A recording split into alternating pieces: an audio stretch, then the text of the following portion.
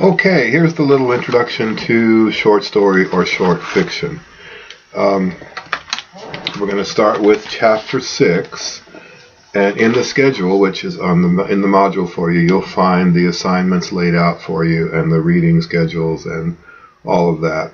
So I'm going to give you a little bit of background in short fiction, and then I'm going to talk about the sequence of assignments, which will be the same for the other two units as well. After this, we'll take up drama and poetry, or poetry and drama. We'll decide on which order we're going to take them up.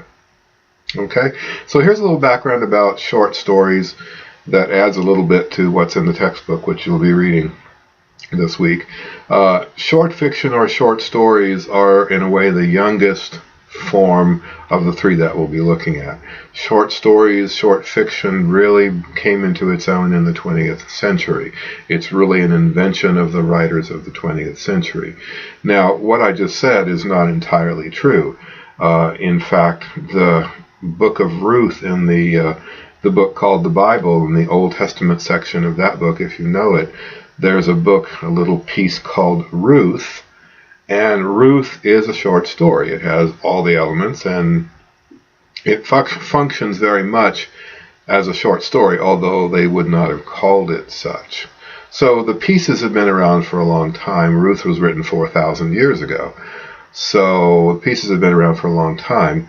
But short story as a recognizable genre, like you can say, oh, this is a letter. You can say, oh, that's a short story because it has these elements. It's a 20th century phenomenon, and I think, in my opinion, the most important difference between short fiction and longer fiction is this idea of character development. Here's the difference. One of my favorite characters in fiction is Sherlock Holmes by Arthur Conan Doyle, and most of those are novels. They're longer stories, and there's a bunch of them.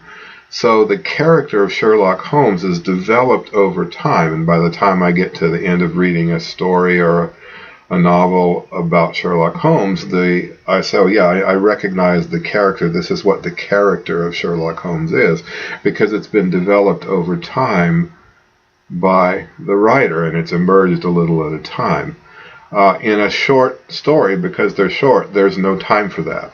So you tend to be much more just handed a character in a short story, and here's the character, and here's what the character's like, their flaws, their weaknesses, their strengths, and so forth, tend to be handed to you because there's not time to develop them. So I think that's the most important difference between short fiction and longer fiction. There's some other good stuff in the textbook, which you will, of course, read this week. And do notice in the schedule the reading assignments are given for you. And I've tried to keep the reading to 50 or so pages a week, which is an entirely reasonable workload for a 4-unit class. So we're going to start with chapter 6. And I want to point out to you, you probably can't see my book here, but there are headings that are in blue, like, for instance, as soon as I get my glasses on, structure, point of view on the next page, setting, characters, literary techniques. Those are what we're going to call the elements of fiction. And there's a bunch of them in here. So each one of those headings with the blue title is an element of fiction. And so when I talk about the elements of fiction, you'll know what I'm talking about. And when you're analyzing one or more elements, you'll know what I'm talking about, and you have the basic background. And the poetry unit and the drama unit will follow the same format exactly. Each unit takes 4 weeks. Each unit has little pieces of writing going to larger pieces of writing going to larger pieces of writing, and I'll talk about that in a second. So the first pieces that will be due are the ANs, the annotated readings. You've already done one of those, and the syllabus says there'll be 2 per unit. And what I'm doing this time is I'm letting one of them be optional. So it'll be optional extra credit. The first week there will be 1 due that's required, And the second week there will be a second one due, which you may do if you want the extra credit or the extra experience. Okay, and those are marked optional in parentheses, and optional means you do them or you don't do them. But that second week also, there will be a short essay in which you will take one element that you studied about, and you may want to look forward in the reading and see if there's another element further out in the short story reading that you haven't yet read about, but that you might want to cover. You're perfectly welcome to read ahead. I know that's a horrible, horrible, frightening concept, but you can actually read ahead. So you're going to take one element, and you're going to choose one story out of the anthology at the end of that unit, and you're going to analyze that one element as it applies to your understanding of that one story. So the short essay, one element, one story. Then, and that's week 2, then week 3, you'll be asked to do a draft of a larger, more formal essay in which you'll take more than one element and either apply it to one story or more than one element applied to or one element applied to more than one story. So the idea is to expand on the previous knowledge that you've done. And the sensible, logical, reasonable way to make this work is to make one assignment lead to another. So for instance, if you write on character in Joyce's Eveline, then for your AN, in your second AN, if you decide to do one, write on character in another story, because you already have that background. And then write about character in another story to develop your short essay.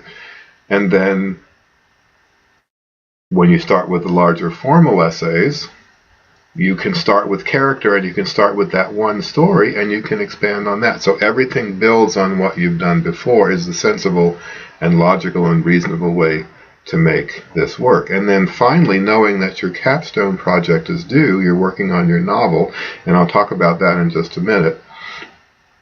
Start knowing that those elements in short fiction and poetry and drama also apply to novels. So you're working on character right now, you're reading your novel, start looking at how character works in your novel. Let everything build on everything else, so that nothing comes out of left field and smacks you down. You manage the process by using the brains that God gave you and your organizational skills. Okay, so every unit will be the same. One of the ANs will be optional. The other stuff is required. The first AN, the short essay, and then the formal essay required for points. Do notice that you will have an assignment sheet for everything that will tell you exactly what you need to do, and I'm going to give you a little checklist, and when I grade your essay, I will go and I'll make that checklist. I'll go down that checklist so you know exactly what you're being asked to do. So for instance, if I asked you for 500 words and you give me 200, you will not get credit. Okay, so several folks decided I didn't mean what I said, and you got the first 15 points because they were basically giveaway. But even these ANs are not giveaway points. You have to meet certain minimum standards. You must at least do this to get the credit. Again, I'm talking to the people who didn't think I meant what I said. The rest of you can skip right over this. You get the point already. We do need to start talking about MLA formatting. The MLA changed all the rules over the summer, and we're struggling to kind of figure that out, but we do need to start formalizing that a little bit.